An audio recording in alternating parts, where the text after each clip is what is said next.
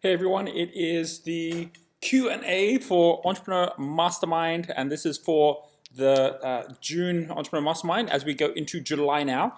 And if you're wondering where I am, I'm actually in New Zealand right now. This is the view out our window. There is the Sky Tower over there. Here is like the sea over here, and it's kind of a cloudy, wintry day over here. We just kind of finished up on all of our fast forward activities, and I wanted to drop you this super special video because we have got tomorrow a really super exciting Entrepreneur Mastermind, Genius Entrepreneur Mastermind, which is going to be with all of our new Entrepreneur Mentor certification participants as well. So I'm going to jump right into all of the different questions here that have been asked, and I'm gonna go through them in kind of like a reverse order as we go as well. So let's see how this goes. So this is going to be a fairly snappy one as we go, but because I know quite a few of you have actually met up quite recently as well in my travels in Australia and in New Zealand as well, which is pretty cool. I'm going to start with David here at the very bottom. David says, "Hi Roger, people on GEM, do we automatically become leaders and mentors?" And the answer is, yes, you do. You automatically go up to mentor level. We are going to be opening up the mentor level and showing you how to actually set up your mentor listing, how to actually give you access to the micro degree builder, which is coming up as well. You get all of that, right? So you're actually already at that level, which is super cool. And for those of you who haven't yet even seen what those levels are and how they work, I highly recommend you go into Genius U, where we've got the new genies that you choose, and then also at the same time where there is a micro degree you can find in the micro degree section, which is called Follow Your Flow or Find Your Flow. And in there, it actually guides you through each step of basically not only how to use Genius U now, but at the same time also what the 3 different levels are, of which you all are at the mentor level. Okay, I'm going over to Ridwan here, who says, "Hi Roger, I just joined GEM. In the Intro to MD1 Your Flow video, you discuss mentoring and GEM micro degrees as a potential business. How can you legitimately mentor someone about enterprise if you've never had a very successful enterprise? Is knowledge enough? Like a business coach who has bought a franchise, the usual justification is the system is what enables the coach, coachee, not the coach. It doesn't convince me. Are there any other perspectives or ways to see this? Any other distinctions? It's fine for a professor to teach a student knowledge, but enterprise is a tradecraft skill, not only knowledge, information." No, Ridwan, don't go out and try and show a millionaire how to be a multimillionaire if you have only just got started, obviously. Don't go out and try and start, show someone who basically, has got 10 people in their team how to get 100 people in their team and scale their business if you had never had a team. Right? This is not about going out and trying to pretend to be something you're not. The tools of being a mentor are allowing you to actually have distinctions that allow you to then actually support people at the level you're at. And I highly recommend that if you, Ridwan, are at kind of, let's say, for example, foundation level or yellow level, just look at mentoring people who are at the specific level you're at or a level below, or partner with someone who might be at a level higher that you can then actually work with and support them, right? But definitely don't go and try and show someone how to do something that you haven't had experience doing yourself. Having said that, there are people who have very specific expertise in particular areas. So, for example, we've got here Rastika and Angie who are creating the Educator program, and that one has got a certification and a micro degree that they're creating, which is for genius educators. Some of those people who are genius educators might have multi-million-dollar businesses. Other ones might, be in a job right now. Some of them might be parents. Some of them might be teachers. But because they're not in there creating a micro degree specifically on how to grow a business, they're just doing a micro degree on how you teach the things that are on Genius U to kids. How do you teach a child what their passion or what their genius means? Anyone can do that, right? So again, they've got a specialty or expertise in that particular area that allows them to then actually create a micro degree in that area. And maybe, Ridwan, you have a expertise in a particular area, and that's something that you can create a micro degree for or mentor towards, and that will be valid to anyone, including someone who might be more successful than you, but doesn't have that expertise or that skill set that you can actually share with them, right? That's what I'd share on that. Okay, Jeff Hancock here. "Hey Roger, I'm at my crossroads. I've secured my visa to remain in the UK. Woohoo!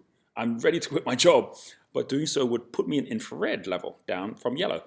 My property business is doing well, but not quite enough to support me yet. The systems business allowing me to grow and start public speaking and getting our message out, but not paying me any cash flow yet. My question: should I do the hardest thing possible and continue trading my time for money by consulting and contracting the IT sector. I feel working for myself under my own limited company on shorter contracts will allow me to break away from the regular 9 to 5 model. I'm also hoping this will help me to find a passion-based business. Okay, so it's not an either or, Jeff. Like if you go and take the micro degree, which is specifically from infrared to red level, the most important thing is to know the difference between Clark Kent time and Superman time. At the moment you're saying, right, I'm giving away all my time, so I've got to quit my job. No, you don't. You're a contractor in IT. So you could say, okay, well, wait, how much time do I need to be in Clark Kent where I'm actually getting paid for my time that will then buy me the rest of my time? So you might actually work it out and go, all right, well, I actually don't need the same salary I'm getting right now to basically make sure I don't go into infrared. Maybe, it's costing you, I'm just going to throw some numbers out. Maybe you're earning $10,000 a month. You only need $4,000 a month to actually survive, or $6,000 a month to survive. So then you go, okay, so what would I need to do in terms of taking on a contract job or working in IT that would get me my $6,000? Okay, I could do something 3 days a week, right? All right, cool. I'll take that on. I'll quit my job here. I'll go get contracting there. I'll get that 6,000. That's my Clark Kent time. I just bought 2 days of time. Now you got 2 days of time. Now you go out and actually build the business and set up a promotion plan where you're now building a business doing what you really love. And it doesn't matter if it takes like 1 month or 3 months or 6 months to get the money for that, because you already bought the time that allows you to go out there and be Superman, right? So just be really, really aware that this is about kind of like, bringing down the time, doing the things you may not want to be doing as much of, but that are paying the bills, to open up the time on things that you really do want to do things in, but which actually take a while to actually get the cash flow going. And as much as possible, go work with others who already have the cash flow. You could go work with someone in their coaching or mentoring company where you are giving them IT skills, where you're learning from them at the same time they're paying you to actually do their IT for them as well. So you can actually take the skill sets you have right now and inject them into whatever is the environment or the team that you can learn most from to actually create a bridge to where you want to go. And that's really the best way to be thinking about it. So next we've got Jonathan McGinnis here. Jonathan says, we currently have a pilot in Excel that the users can do to get the results, but it is very intensive. This is about his howglobalareyu.com company. What are the best methods to engage early adopters for an app? The app that we're developing shows you how to connect. You are all in. Okay, the app that we are development, which shows you how. Okay, that doesn't make sense, that sentence. Let me see if I figure out what you're saying. In all the countries of the world. Okay, so maybe it shows how connected you are around the world. Okay, so we have a mobile mock-up while the actual app is being developed. Getting it developed by someone else is the fastest way to market, but managing control and ownership is critical. Well, okay, Jonathan. Let's talk about best practice. Best practice for your user group. First thing is definitely to have them on for a period of time where they know they're on and they're committed to wanting to make this thing work, because it's solving a specific problem that they have. And you want to be having an assessment tool or even just a checklist to say, well, how much is this solving your problem? How much is it giving you what you want? You don't want to have something like, tell me all your features you want, because it's going to just end up with like 1,000 things for you to do. But to say, is this solving the problem that you have? Is this, how valuable is this for you to be coming back to it again? And actually having a regular contact, I would say it's good to have at least once a week, that you're actually having a chance to have an actual face-to-face or a group contact, having a webcast if you're going to have a group in different places that you can actually connect up with, and where people can give their feedback. Oh, this isn't working so well, this is working so well. Having that also, and we use a Facebook group, as you know, for Entrepreneur Mentor certification, where people can post things, then we have a direct line, into both Mel and Tracy, who then support and help out as well. And I think that that's really the way to do it, is that if you are thinking about it from the point of view that you've got a committed group of people that have a purpose of why they're doing it, they're willing to give the feedback, you can respond to it quickly. Because if you're not responding to it quickly, then people kind of you stop giving you feedback. And at the same time, where there's a time frame, like in the case of Entrepreneur Mentor certification, we really do have a user group where everyone's paid to be part of it. We're really giving massive value as part of it, but at the same time, we're learning a lot from it as well. And we're using it as a really great opportunity to really support all the mentors. Like this is the first 300-400 mentors out of 3,000 to 4,000, out of 30,000 to 40,000, and that just really allows us to just say, how is this scalable in everything that we're doing? But are we learning at a level where we're really understanding from people as well, right? So have the right people, have the right purpose, have the right rhythm of how you're going to connect with them, and then that's going to give you by far the best feedback and results. Kevin McCauley. Hi, Roger. My name is Kevin McCauley. I'm a digital marketing consultant, and I specialize in helping businesses to scale with social advertising. I was at the very first iLab way back a few years ago, but not really made the most of the community yet. But your recent videos have inspired me to get back. and get involved. So seeing you walk around Vision Villas brought back many memories. What was most impactful was seeing you go over the Wealth Lighthouse and seeing how I've progressed from red when I was first there to yellow. Congratulations, Kevin. Now boarding green, that's awesome, as I'm starting to build my team. You mentioned that at each stage it's possible to 10 times income. So I'm currently at yellow-green. What are the key steps for me to do this with my digital marketing agency that specializes in running Facebook ad campaigns for other businesses? So yeah, great question, Kevin. I mean, like, first of all, just the fact that you do run Facebook ad campaigns and you're in this trusted network is awesome, because there's going to be people who can now reach out to you to actually get you to help them. We need help. We're looking for support as well. So I didn't even know you were doing that. So the fact you're doing that, I think, is super awesome. And the easiest way to 10 times is by thinking 10 times. Obviously, do I 10 times my customer base, or do I 10 times the budgets that the customers I'm working with will work with me on? So one of the guys, Farouk, who we work with right now, he only works with about 5 customers, but each one of them spends about $100,000 a month on Facebook advertising. He charges 10% of whatever the spend is. So if we're spending $100,000 a month on Facebook advertising, we're paying him $10,000. Plus he has a retainer base as a minimum as well. But so that allows him to actually, make good money as he's growing, because probably, I don't know how much that is overall, but let's call it maybe 10 million a year that he's actually putting in advertising. He's making $1 million a year off the back of that.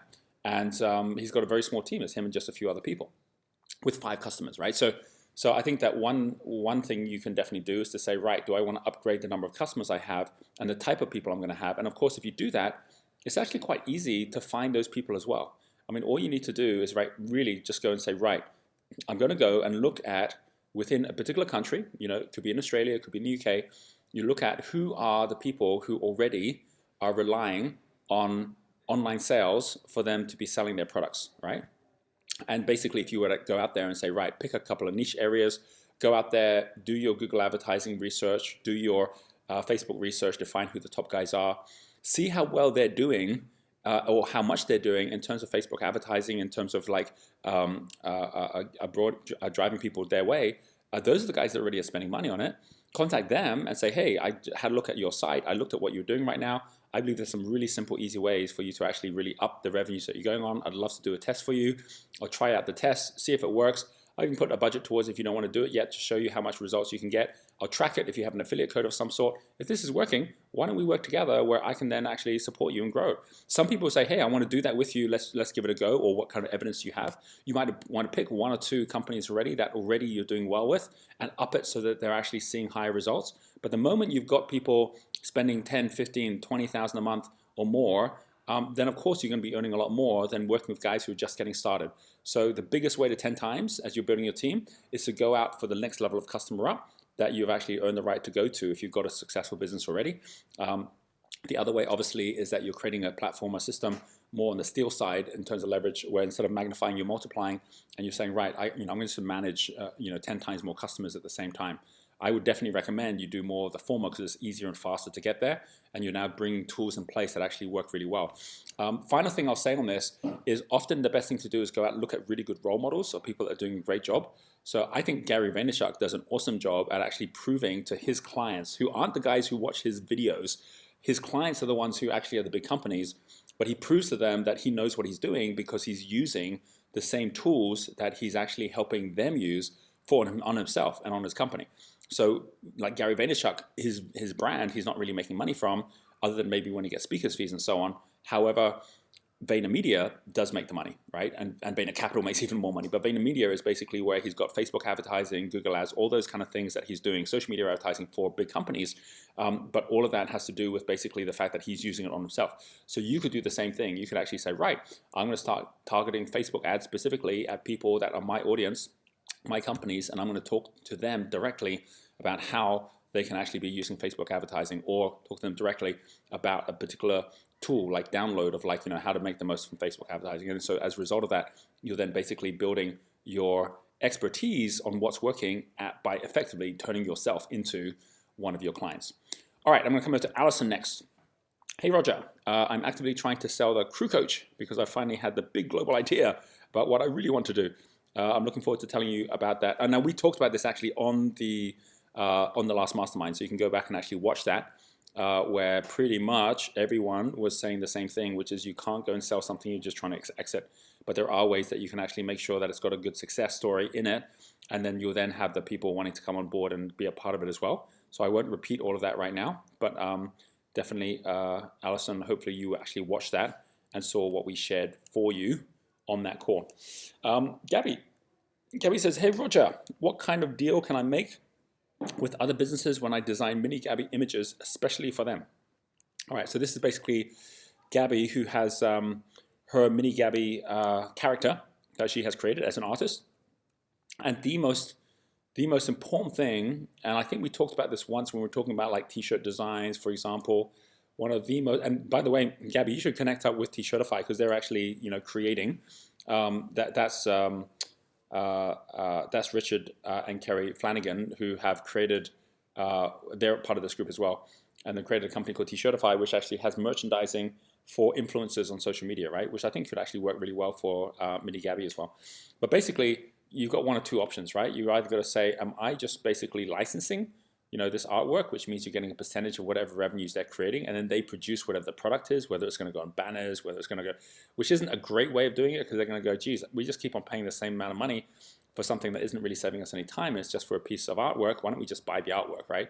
So that's not a great way to go, and most artwork licensing, it's not as easy as it used to be, but it's one way. The second way, which is a much better way, is you're creating added value. Yes, you're doing the design, but you're also doing the merchandising, or you're also like, hey, we actually supplied the t-shirts to you, or we actually supply the the finished artwork to you. This is what Tracy Keller's doing, where she's actually doing more than just putting her artwork out there. She's putting it on cushion covers and delivering the cushion cover.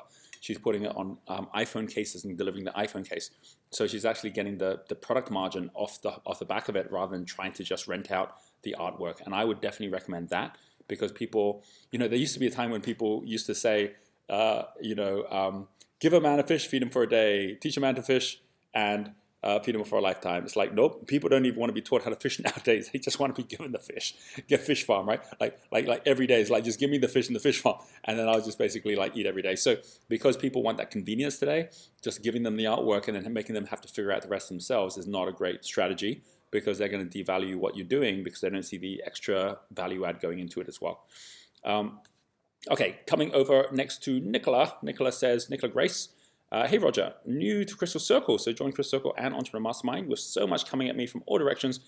Try not to get overwhelmed, working my way through the mission steps from orange to yellow. So my question is the describe my identity in one powerful sentence similar to an elevator pitch or something else? It is different, because an elevator pitch really is referring to your company. So it's like, how would you pitch to someone in an elevator what your company is all about? It is similar in that it's really looking to get down to the essence of one thing, who you are. But that one thing has to be something specifically about you, not about your company. So as an example, right, for me, if someone says, well, what am I in one sentence, then I would always say Roger Hamilton is a futurist and social entrepreneur. That's it, right? So people go, oh, who's Roger? Oh, he's this futurist and social entrepreneur. Like, and when there's press articles out there, there's other information then that's what shows up, right? It's that simple. Then if I have a paragraph, because like people say, hey, give us your speaker's bio and so on, that's when I'll say, Roger Hamilton is a futurist and social entrepreneur. He's the founder of Entrepreneurs Institute, Entrepreneur Resource, and Genius U. He's the creator of Wealth Dynamics and Talent Dynamics System, used by over 800,000 people around the world. I mean, like that's who I am. And so people go, oh, that's who he is. Oh, yeah, I remember that guy. Oh, I know that thing, right? So it's very, very, very specific, but it's to me, right? So that's a personal thing. That's very different from talking about a particular thing like Genius U, where it's like, well, Genius U is a home to the entrepreneur movement. It's the #1 education platform in the world for entrepreneurs. It's like, oh, okay, well, maybe I'm interested in that, right? But that's like one thing, which is about the company. And if someone was to actually talk about an elevator pitch, right? For those of you who've been to masters, when we talk about an elevator pitch, it's not even about just saying this is what this thing is, because that really isn't pitching anything. An elevator pitch always, and this isn't asking your question, but it is answering a question in terms of what's an elevator pitch, always we'll say it comes down to 4 Ps.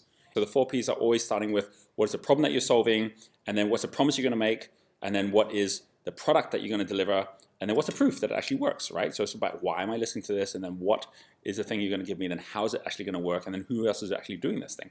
So if I was to give an elevator pitch about something like Genius U, I would start by saying, well, unless someone says, so what is this Genius U thing? Why are you even doing it? Then I'll start by saying, well, problem that a lot of entrepreneurs around the world have is that they have this confusing, like massive information as to what they should do next. And a lot of it's really conflicting as well.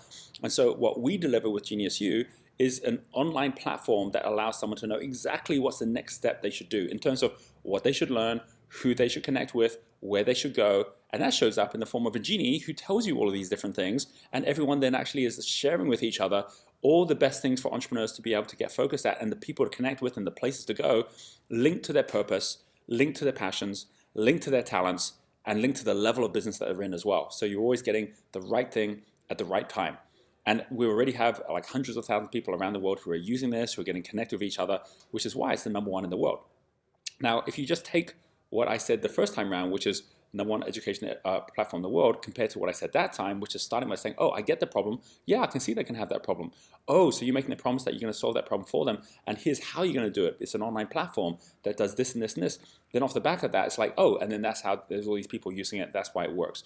Then they'll have a question about one part of that, but at least they get it, as opposed to, okay, so it's a platform. What does it even mean? Why would anyone even want to use it? So just be really, really aware that there are structures that can make it really easy for you. And if anyone's got questions about any structures you're not sure about or terms you're not sure about, ask them in the mastermind here, because we can definitely answer them as we go as well. But our masters, we go through that in a really lot of detail so everyone actually gets it too. Okay, so let's come over to John Allen next. Hi, Roger. I feel I've made a shift over the last 24 hours and have real clarity of thinking. I've got a meeting set up with my potential business builder on Thursday. I realize I need more than one. What would you recommend in terms of recruitment strategy? I'm planning to start with Facebook and LinkedIn. Is there anything on Genius U that will enable me to post an opportunity and connect with the right people to grow my team? Funny you should mention that. The answer is yes. In this next month, we're actually in the final stages of putting together the pieces of our opportunity knocks section, which will be on there, so you can absolutely do that, right? All of you can do that. Post up your opportunities, find the right people. The people finder, that's also something that's all coming within this whole 12-week entrepreneurial certification we're doing right now. So yes, that's all going to be there. What I would suggest at the moment is definitely LinkedIn. It's one of the best ways. Or through referral, right? I mean, even through our own network to be able to find the right people. So just if anyone's interested, John's looking for a business builder. John has a company which is called Future Marketing, where he's taking all of his marketing expertise, he's linking it to all of the future trends that are happening, and then making sure that like you're at the cutting edge of marketing for the companies you're working with. He's got some great tools. He's got a great website. And if you are looking for someone to connect up with, where you're really passionate about marketing yourself, you've already got a great network of people, you want to have great products you can work with, connect with John. He's looking for a team. So that's what I would say for you, John. Coming next to BB. BB says, hi, Roger. Orange level, defining yellow.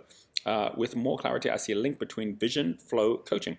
I am mentoring another entrepreneur in Wales who builds a new sort of green school and content creation, mainly copywriting, but also design content and more getting into marketing content, UX and so on. Going forward, I feel potential for creating a documentary, finally getting some people on board of this idea, which is kind of a mastermind marketplace for sustainable communities and entrepreneurs, people who can learn from the projects and how they started, with a focus on story, vision, brand, empowerment. I want to watch the MVP to test the market, a course, some videos on the website, a crowdfunding campaign. Would generally, what I would say, BB, and just if you guys haven't yet met BB, she's super awesome at her copywriting. She's been working with me on all of these different micro degrees that we've been launching at the moment as well, which is super cool. And so she's got all these great skills. And you want to make sure that whatever you're going to do is going to be bringing you cash flow as well. So the whole idea of a mastermind or marketplace for sustainable communities, a mastermind is much easier to start than a marketplace, because a marketplace requires a critical mass before you can really get going. The idea of actually having a sustainable community where you're actually bringing a group of people together that are going to actually go out there and actually make a difference. You know, we had a great example today. This morning we did a kind of mentoring session, and we had someone called Chris who came up, who was already a builder. And when we actually went through different options of ways that he could go out there and actually create a model that would work, he got really into this whole idea of doing like tiny homes or affordable homes in New Zealand. I showed him the whole market and how it all works. I went through the whole process of how there would be other people who would also be interested in actually knowing that there was a solution to affordable housing, which is a real issue here in Auckland, New Zealand. Like, you know, for like, and all the best stuff was already out there. You know, everyone's like, yeah, that sounds like a great idea. There was a whole bunch of people already who's looking at affordable homes as well. And I said, right, well, like for him to hit his number where he was looking to make like another $5,000 how would he actually go about doing that? I then went online and I said, well, first thing is you've got to go to where the flow is. So let's see if there's an expo on affordable homes. And we went and looked, and there was, right? And they're out there. And it's like, right, what, like, would it be possible if you're going to create a platform, which is like a crowdfunding platform for, affordable homes projects, whether they're, a group of people coming together to bring in a really cool technology for affordable homes, or whether it was, an actual project that was going to happen where so many people are going to get their homes, like whatever it was going to be, bringing the best technology, bringing the latest stuff happening. If there was one niche place for that, and that actually was something which actually then had a group of investors and a user group to get started, and that user group got to go to one of these expos, and you organized it, and you said, right, just to come on board, you paid like $900. I think it was like 900 times 10 people. We worked out like $9,000. He could keep the $4.5 or $5,000 himself. $900, 10 people. And then I said to everyone, like, who thinks, and he goes, that would be so awesome to do. I said out there, who would be up for this? And like most hands went up, right? A lot more than 10 people in the room were like, that's such a great idea. So it's more than just let's do a mastermind where we all get together. It's creating an experience. It's doing something where people get a way to connect. You could do that. You could say, hey, I want to go to an a sustainable living or a sustainable homes or green homes or whatever, sustainable communities expo or conference or something. Let's get a group of people together. Who else is up for this?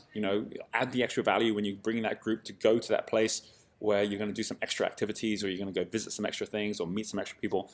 And then people will be up for that kind of stuff. And then what you've done is you've created something which then gives you that conversation, and it gives you a way to get together with others, and it gives you cash in your pocket as well, with the right people now coming on board and then holding you accountable for then building that group to something bigger as well. So I would definitely, you could bring people out to Bali, go see the Green School. You get the idea. Go to Wales. Something which is more than just let's just get online and just talk about something, because if you do that and you don't have enough value in that, that's tricky. But if you set up a retreat or you set up a visit to somewhere, an experience, then it's actually quite easy to do. And of course, we're all looking for those ways to actually have like-minded people that we can connect up with, doing something which otherwise would be having to do on our own.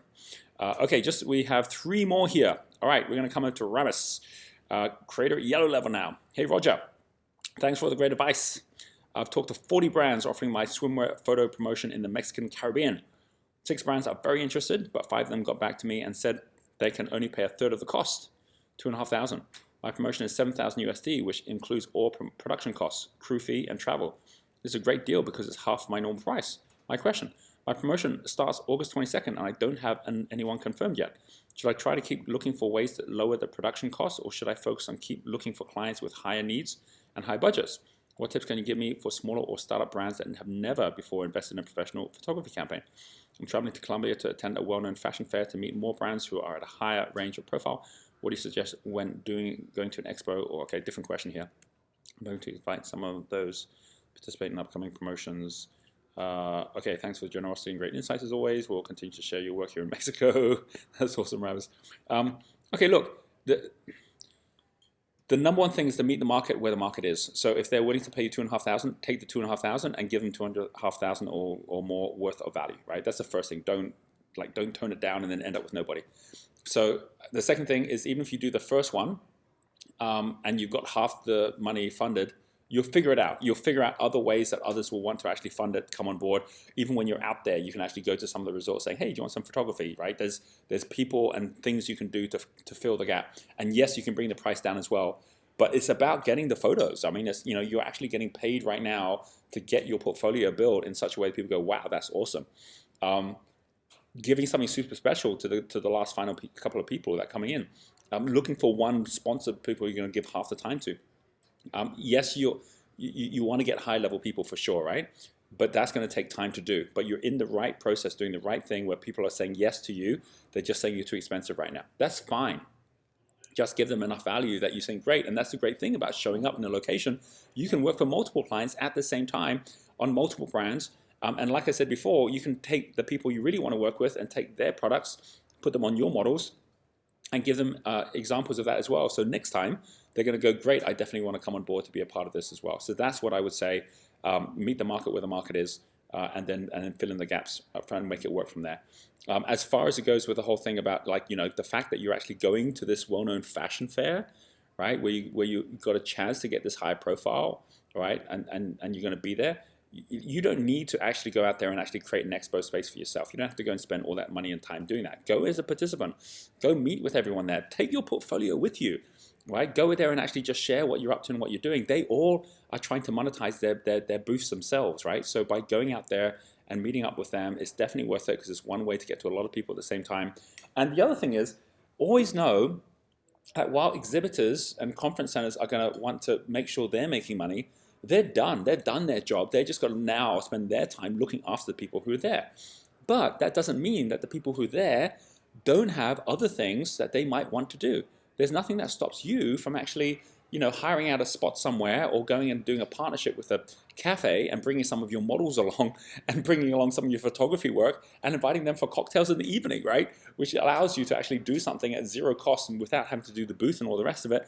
But it's something special and something unique, which is actually going to make some of the people that you go and visit want to come and join you and then go, wow, I really like this Ramos guy. He's doing awesome stuff with his photography. All right, there's things you can do where you don't have to go down the standard route of buying the booth, showing up there, competing with everyone else for their attention by doing something really unique and really different and outside of the norm, but where everyone will know about it because you're going to be going out and telling people about it, and people want to do stuff outside of the conference hours as well. Okay, so Glenn and Jane say, desperate to find out the right profile to lead our sales team. Top candidate is creator or star mechanic. Needs to be focused on relationships and drive finances. Critical position. Love your input. Definitely for a sales leader, it's still a supporter, right? So no question. Supporters are going to be able to lead the team more. They care more about the people. They're not going to be coming back saying, oh, the problem is the product. You've got to change the product. That's what creators tend to do. They try and create their way out of a problem. And that's not really what you need right now. If you think this person is the right person, though, they could still be turning on their blaze energy. It's possible, but test it, right? I mean, like, you get someone on board that you can have a chance to test and see. I can make sales, right? But at the same time, I know that unless I have supporters around me that can work with me, people like Michelle, people like Danny, right? People like Suraj, unless I have people around me that really get the team, then I'm just going to be the one out there being the salesperson, which is crazy, right? And you don't want to have someone coming in to be your sales manager, and then he himself is not knowing how to manage the team, and he doesn't have the right people on board to help him out. So he's then there trying to create the whole time. And I'm the kind of person that if I want to make sales, I start with a product, and I say, I want a product that people want to buy, and I'll spend all my time on that, and then the sales actually become quite easy. Whereas if you have someone who's a sales manager who you don't need to have to create all that stuff, but actually just want him to go out there and sell the service, then a creator is not the ideal person to be able to do that. That's just my honest opinion on it. And finally, Jacqueline. Hi, Roger. I've been nominated for the Business Leader of the Year Award. Awesome. For the Geelong Business Excellence Awards, and my mum was shortlisted in the Australian Telstra Business Awards. Waiting to see if she is Victorian State finalist. How can I best leverage and measure the success from being part of the Telstra Business Awards? Thanks. Okay, well, first of all, congratulations for both you and your mum. Secondly, well, you can leverage it already. I mean, just being a nominee is already as good as being a winner, believe it or not, right? Because people just go and look, oh, look, that. Like, think about it. If you're looking at something like, oh, look, that person's a winner, great. Oh, look, that person's a nominee. It still has this great cachet to it. So be good with the fact you're already there. You've already made it. If you win, it's a bonus, but you've already got the fact that you're a nominee for that. You should be putting this on your website straight away. You should be putting this basically in, like, your information that's out there. I'll give you a quick story here, which I think is just so cool, and it's a story of one of our Genius Entrepreneur Mastermind participants, and also one of our Crystal Circle members, and that's Jeanette Basson-Wood. So Jeanette, she runs Spread the Happiness. She basically got an award. It was actually during the Trust Awards. She most trusted education entrepreneur, and she won the award. And she's like, how cool is this? I won this award. And she's like, I want to leverage this award, right? The fact that she won it. So what she did was she sent out a message to all of the schools and everyone in her database, and she goes, a big thank you. And she didn't say, hey, look, I won this award. She goes, I was actually at this award ceremony where they gave me this award, and I wanted to say a big thank you because this award's really for you. This is your award because you're the ones that all stepped up with this whole idea that it really is worthwhile for us to have happy schools. You're the ones that are actually out there sharing with others as well. And I wanted to just tell you how thankful I am that you're actually a part of this, and that this movement is really growing, and we've now got this many people part of it, blah, blah. And just as a big thank you, I wanted to invite you to come and join me for a super workshop, which I'm normally charging X amount for, but I've got like 20 spots where I'm going to actually give it free for those who want to come along, where I can then basically share the very latest of what's happening and how you can actually use these tools within your blah, blah, blah. So she actually turned the thank you into a free promotion into people showing up for one of her workshops, she filled it straight away. And out of all the people that came for the workshops, she then was able to then upsell into her program and end up making quite a chunk of money from it as well, right? I think that's a great way to use the fact that you've got an award to actually then create a good feel-good effect and also revenues from your existing client base as well. So I'm going to leave you with that thought. With that, I'm going to say, everyone, please tune in to our next July Entrepreneur Mastermind, which is going to be super exciting. I'm going to be doing it from all the way down in Queenstown in the south part of New Zealand. I would have just landed there, about to go skiing, and we're actually going to be doing it from our hotel there. So look forward to catching up with you then, and do put your questions into the spreadsheet, and I'll look forward to answering those as well. Speak to you later.